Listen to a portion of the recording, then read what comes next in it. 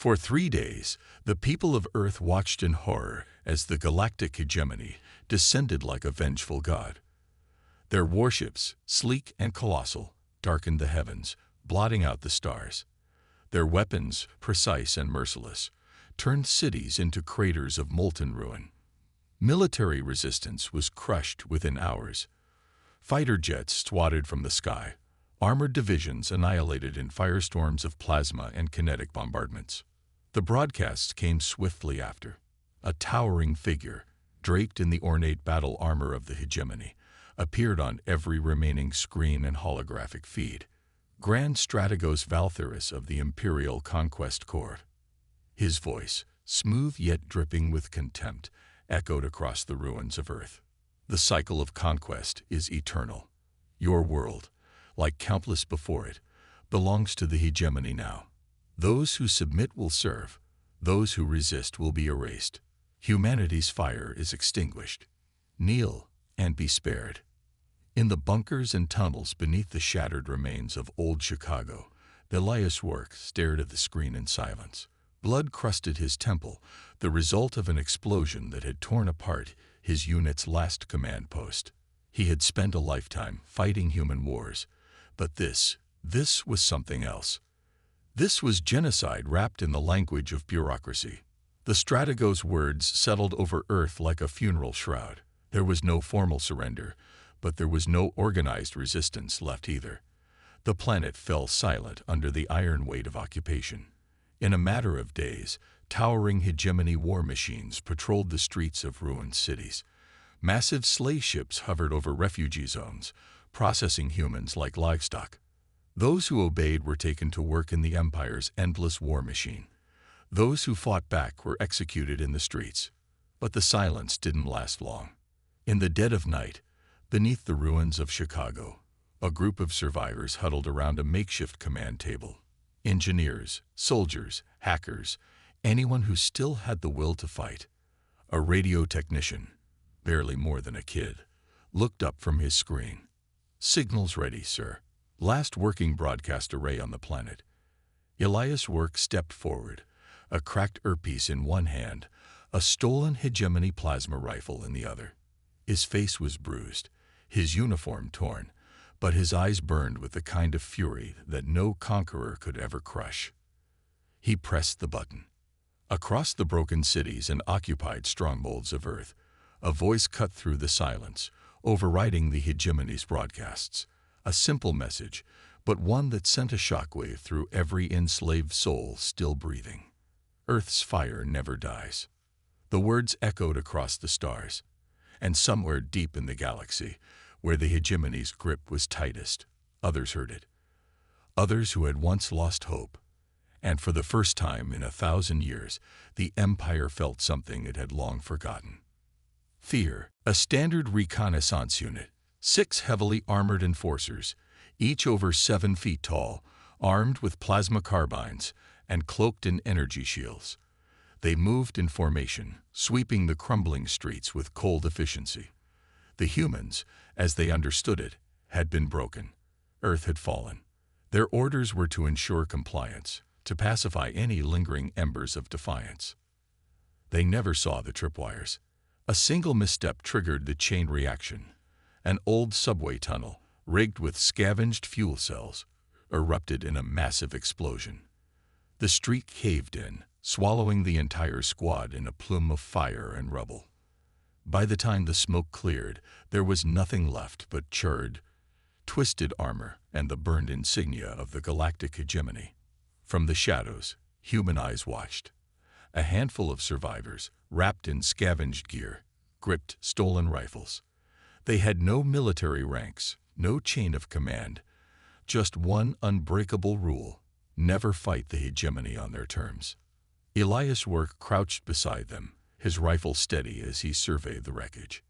"That'll get their attention," he murmured, wiping dust from his face. A woman beside him, Olivia Carter, a former combat engineer, grinned. "We want their attention, right?" "Not all at once," Work muttered, but there was no hiding the grim satisfaction in his voice. They had just delivered a message. Humanity was far from done. The response came within the hour. A low, inhuman hum filled the air as a squadron of hegemony drones swept over the city ruins. Their metallic forms shimmered with energy, scanning for heat signatures, tracking movement, hunting survivors. In the distance, more patrols mobilized. The hegemony did not tolerate resistance. But Rourke and his people had been preparing for this. As the drones glided over the rubble, an unseen signal pulsed through the ruins, a ghostly whisper, hijacked from the hegemony's own network. For a split second, the drones hesitated. Their optics flickered. Their targeting arrays scrambled.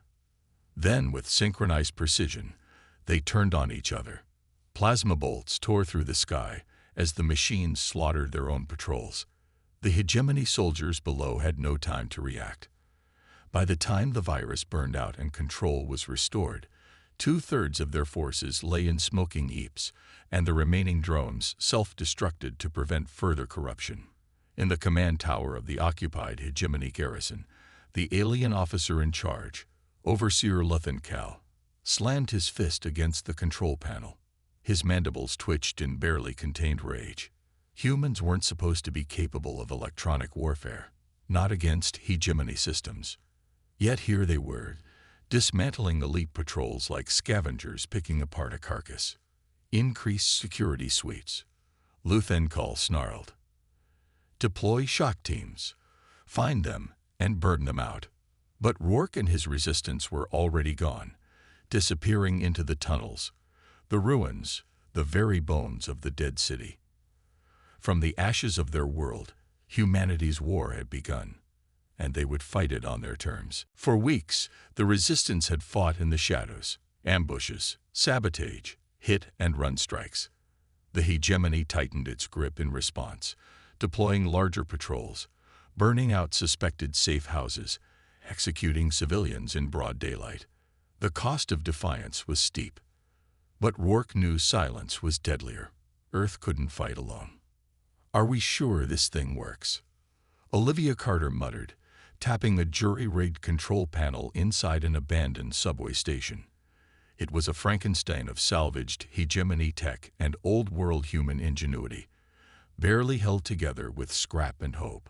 Rourke adjusted the stolen earpiece. It only has to work once. The stolen hegemony relay, hidden deep beneath the city ruins, pulsed to life. The resistance had spent weeks infiltrating the alien network, looking for a way to send a signal beyond Earth. The hegemony's communications were a labyrinth of encrypted pathways and automated kill switches. But human persistence was a force even the Empire hadn't accounted for. A deep hum filled the air. The screen flickered. Then, connection. Rourke leaned in. His voice, low and firm, carried across the void. "To anyone out there, this is Earth. We are not conquered. We are not extinct. We fight. And if you still have the will, you can fight too." The message pulsed outward, bouncing across hegemony satellites, slipping through cracks in the Empire's iron grip. It was brief, but it was enough. Minutes later, alarms screamed across the occupied city. The relay was compromised. The hegemony had found them. "Move," Rourke barked as the ceiling trembled. Explosions rocked the tunnels as enemy forces converged. The resistance fighters scattered, slipping through escape routes they had memorized long before. Plasma fire scorched the air behind them, but they kept running. By the time the hegemony breached the control room, they found only smoking ruins. The relay was gone. The signal had been sent, and far beyond Earth, someone was listening. On the fringes of the Empire, deep within the labor camps of the conquered, whispers spread like wildfire. The Tiveran, a reptilian species once known for their warrior culture, huddled in the shadows of their work pits, their chains rattling as they spoke of Earth's defiance. If the humans still fought, then why did they kneel? In the shattered remains of the Drell Dominion, an empire that had fallen to the hegemony centuries before, surviving elders gathered around a stolen transmission pad. They had accepted their fate long ago. But now the old fire in their veins stirred again. Even within the hegemony's own ranks, cracks formed. Lesser officers, those from conquered worlds forced into service, heard the broadcast and felt the weight of their choices. Could they continue to serve an empire that lied to them? That told them resistance was hopeless. Yet somehow, humanity fought on. For the first time in 1,000 years, the empire felt something it had long forgotten. Doubt. And doubt was the first step toward rebellion. Buried beneath what was once New York City, the hegemony's sector command center was the beating heart of their occupation. Every troop movement, supply chain, and planetary defense grid was routed through its fortified servers. As long as it stood, Earth would never be free. So Rourke and his resistance were going to bring it down. The strike team moved through the ruins with practiced silence.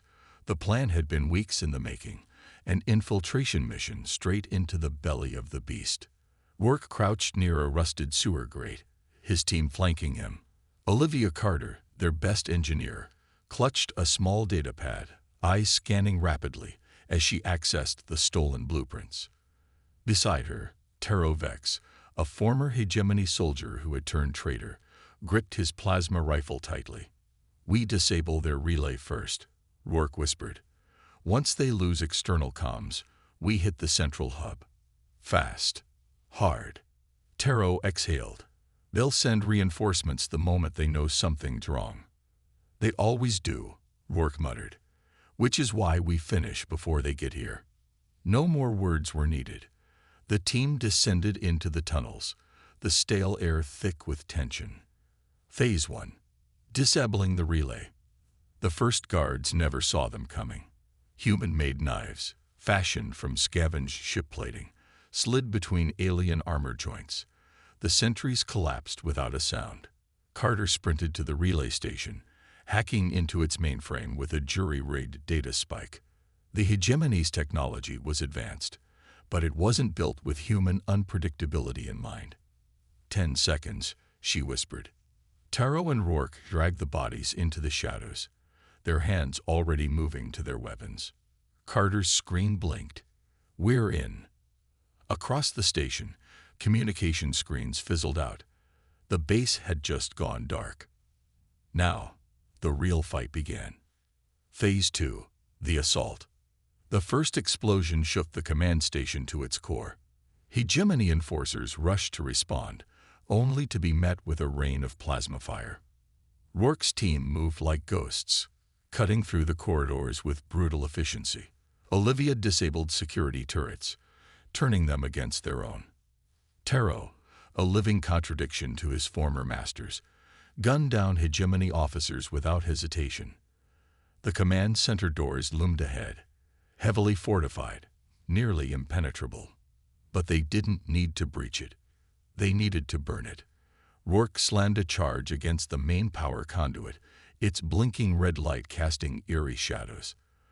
The device was a crude mixture of human explosives and stolen hegemony energy cells, primitive, unstable, but devastating. A warning alarm blared through the halls. "They're onto us," Taro growled. "Then let's not keep them waiting," Rourke said, activating the detonator. The explosion ripped through the station, flames and shrapnel consuming everything. Screens shattered. The command hub collapsed. Every hegemony-controlled system on Earth went offline. For the first time since the invasion, Earth belonged to no one. Not to the hegemony. Not yet to humanity. But it was free. And the galaxy was watching. Across the planet, alien war machines halted mid-step, their command signals severed. Auto turrets stood lifeless. Supply chains fractured. The once invincible occupation force found itself blind and vulnerable. In the heart of the ruins, Elias Rourke and his team emerged from the smoke, covered in dust and victory. They had done the impossible, crippled the enemy's control over Earth, but they knew the hegemony wouldn't stay crippled for long. "They'll hit back hard," Olivia Carter said, slamming a fresh power cell into her plasma rifle. "We've pissed them off." "Good," Rourke growled. "Now we hit them again before they recover." The resistance rises. The destruction of the sector command center sent shockwaves across Earth. In the slave camps, humans overpowered stunned guards, seizing weapons and vehicles. In the ruins of old military bases, scattered resistance cells united under a single cause. The myth of an unbreakable hegemony had been shattered. Word spread through secret channels, encrypted messages bouncing across stolen hegemony comms. The fire is spreading. We are no longer survivors. We are warriors. In a hidden bunker, Rourke stood before a holomat, surrounded by the largest gathering of human fighters since the war began. Former soldiers, scavengers, engineers, each one ready to fight. Taro Vex, their alien defector, analyzed intercepted transmissions. The hegemony's response fleet is en route. High-speed warships, orbital reinforcements. Once they arrive, they'll purge everything. They think they can just clean up their mess, Rourke muttered, his fists clenched. They're wrong. He turned to the group. We don't have time to celebrate. We have one chance. Strike before they bring in reinforcements. We take their orbital defenses. We take their supply depots. We break them before they can regroup. His voice hardened. We don't just fight to survive anymore. We fight to win. The resistance roared in agreement. The ambush at Firebase Zenith. The first major offensive began that night. Firebase Zenith, a critical hegemony outpost, still held functioning anti-air defenses. If the resistance could seize it, they could turn the hegemony's own weapons against them. Under the cover of darkness, the strike teams moved. Makeshift explosives shattered enemy barricades. Snipers, using stolen alien rifles, picked off high-ranking officers. Vehicles were hijacked mid-battle, their turrets turned against their former masters. The battle was short, brutal, and decisive. By dawn, the hegemony symbol had been ripped down, replaced with a burning flag of Earth. The resistance had taken its first stronghold. A new message to the stars. Rourke stood atop the captured firebase, staring into the sky. This isn't just about Earth anymore, Olivia said beside him. This is the first time anyone has ever made the hegemony bleed. Rourke nodded. His next message would reach not just Earth, but the galaxy. To the enslaved worlds, to those who have lost hope, Earth fights, and we will never stop. If you can hear this, rise. The fire had become an inferno, and the hegemony was beginning to burn. The hegemony had underestimated the spark of rebellion. What they had once written off as scattered, disorganized resistance was now a growing fire, a movement that spread beyond Earth's atmosphere and reached the very edges of their empire. They would make an example of humanity. They had to. Retaliation. Hegemony warships descended on Earth like a plague, eclipsing the sun with their immense size. Orbital bombardment was imminent. The reinforcements were led by Strategos Valtherus, the same figure who had once declared humanity's extinction. Now he stood on the bridge of his command ship, a calculating look in his reptilian eyes. The insurgents would be crushed beneath the weight of their empire's full might. Deploy all ground forces, Valtherus commanded. No mercy. Erase them. The enemy had made a grave mistake. In their haste to eliminate humanity's defiance, they had made the final miscalculation. They had underestimated humanity's resolve. Defenders of Earth. Earth's resistance wasn't just a loose coalition anymore. It was an army. Led by Rourke, they had taken control of key bases, and their guerrilla tactics had turned once insurmountable odds into opportunities. But they knew the coming battle would be unlike any they'd faced before. As hegemony warships began to fire, obliterating cities with precise orbital strikes, Rourke called his officers together. They'll try to break us with firepower. Our job is to make them bleed. Olivia Carter had worked tirelessly with the engineering teams, retrofitting human-made weapons with hegemony tech.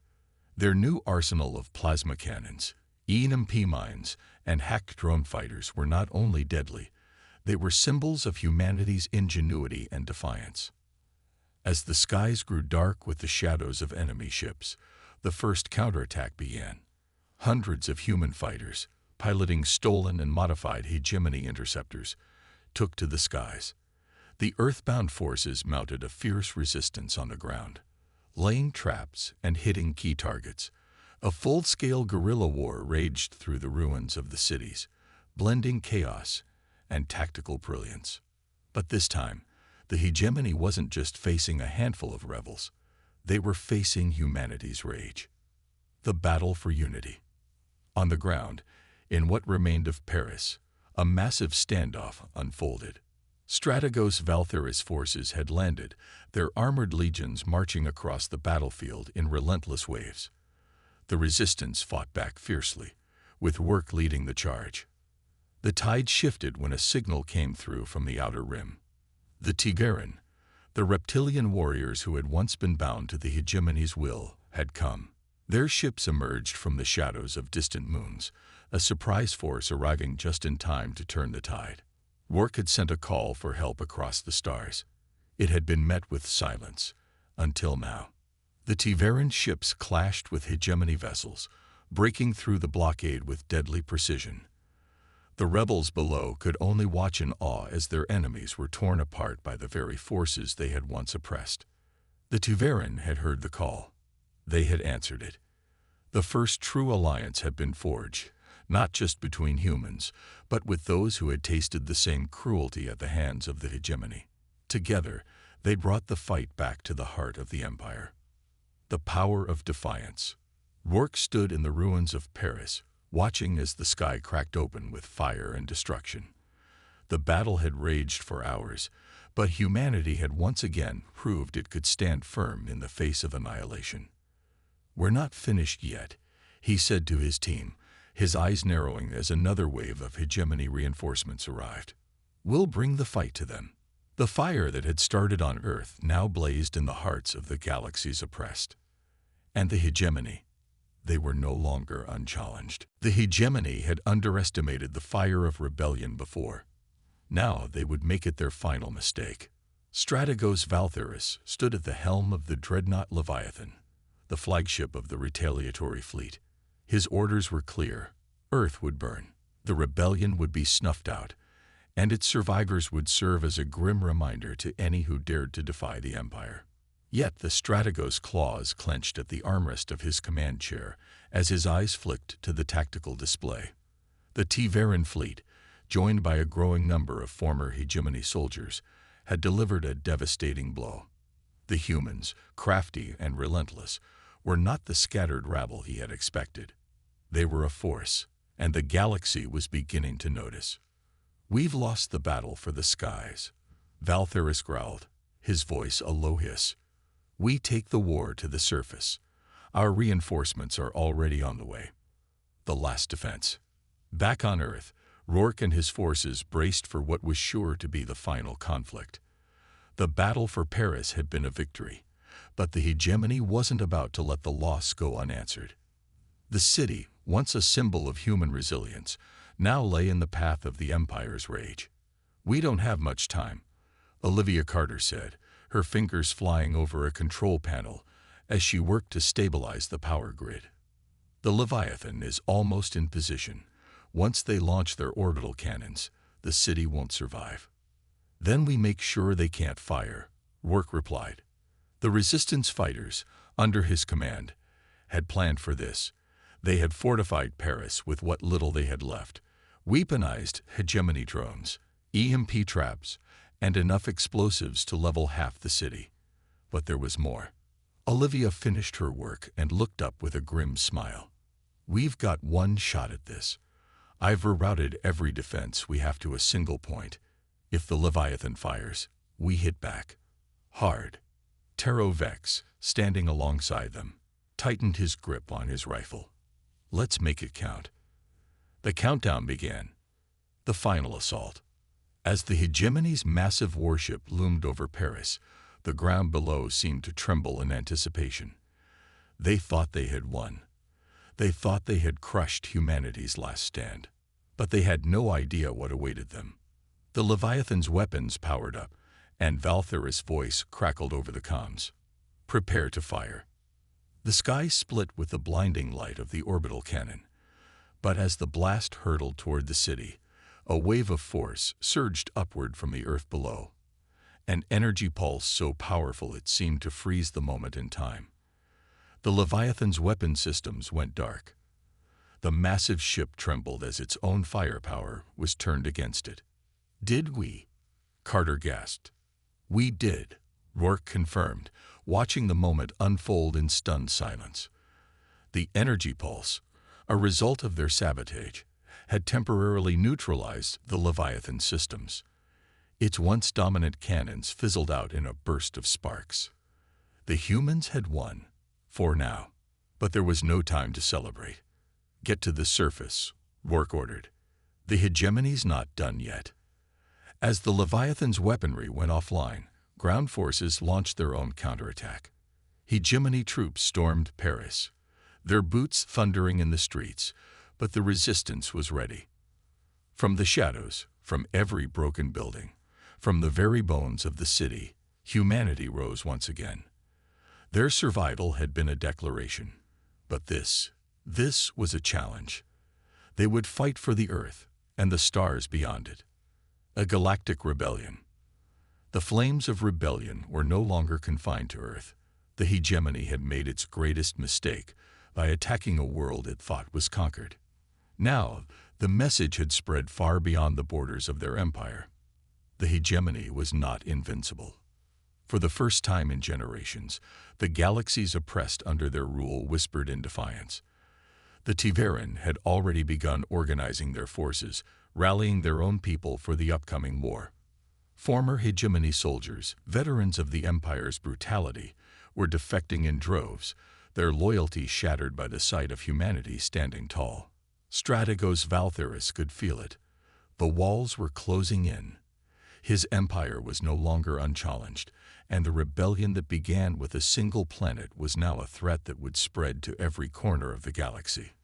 But in the heart of Paris, as the last of the hegemony's forces were driven back, Rourke stood tall, together with his fighters, and stared into the smoke-filled skies.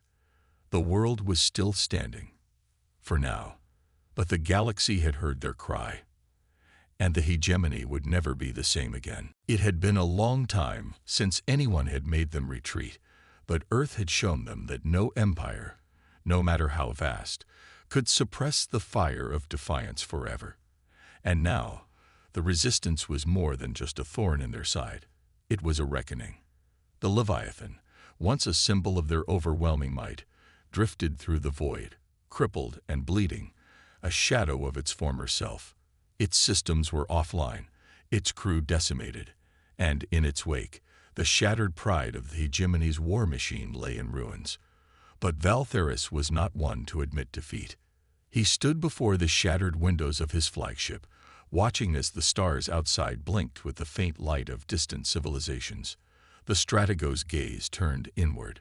Earth had proven more resilient than expected. But in the end, it would fall, just like the others. "I'll make sure of that," he whispered to the emptiness, his hand clenching around the cold steel of his command console. The gathering storm. The rebellion was no longer Earth's battle alone. Across the stars, resistance cells had risen, igniting rebellions on worlds long under the hegemony's boot. The Tiveran led their forces into the heart of enemy territories, striking fear into the Empire's ranks. Former hegemony soldiers, like Taro, had become warlords of their own, leading crusades against their former masters. And in every corner of the galaxy, humanity's fight was an inspiration. The message Rourke had sent out, the cry for rebellion, had sparked something deep within the oppressed.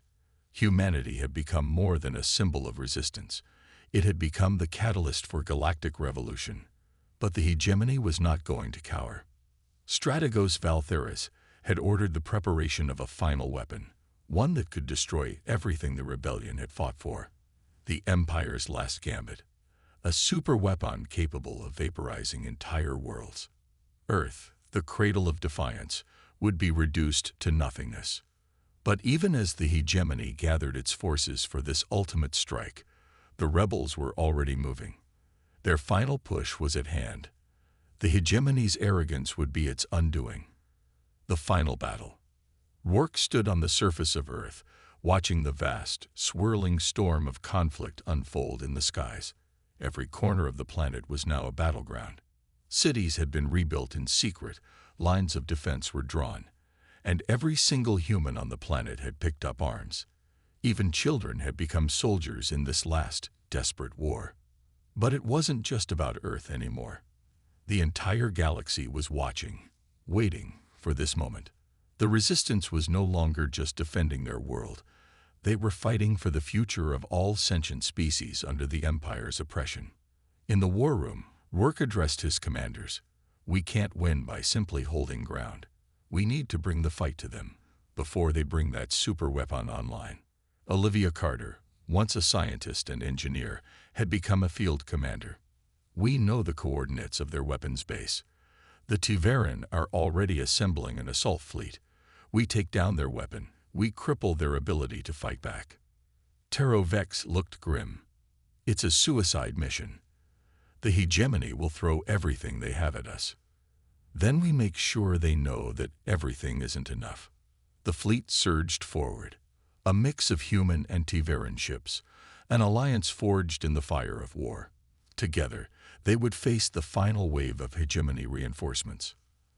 As the final battle unfolded above the Earth's atmosphere, Rourke and his team infiltrated the hegemony's superweapon base, a colossal fortress hidden on the dark side of a distant moon. With each passing second, the rebellion's strike force gained ground, pushing the hegemony's defenses to their limits. The final blow came from a small group of human fighters who planted explosives inside the core of the superweapon. It would be the hegemony's end, a bitter reminder of the consequences of underestimating the resilience of the human spirit. A new dawn. The superweapon exploded in a flash of light, sending shockwaves through the galaxy. The hegemony's most terrifying weapon was gone. The once invincible empire, brought low by the very species it had sought to erase. Rourke stood atop a mountaintop, gazing across the horizon of Earth. The sun broke through the clouds for the first time in years. The planet was scared, but alive. The flame of humanity's will had not only survived, it had conquered. The hegemony was no more. The galaxy was free. As the first wave of peacekeepers from the liberated worlds arrived, Rourke and his team looked toward the stars. They had won the war, but now the real work began, rebuilding. The flames of Earth would never die. And with them, the universe would forever remember, humanity cannot be extinguished.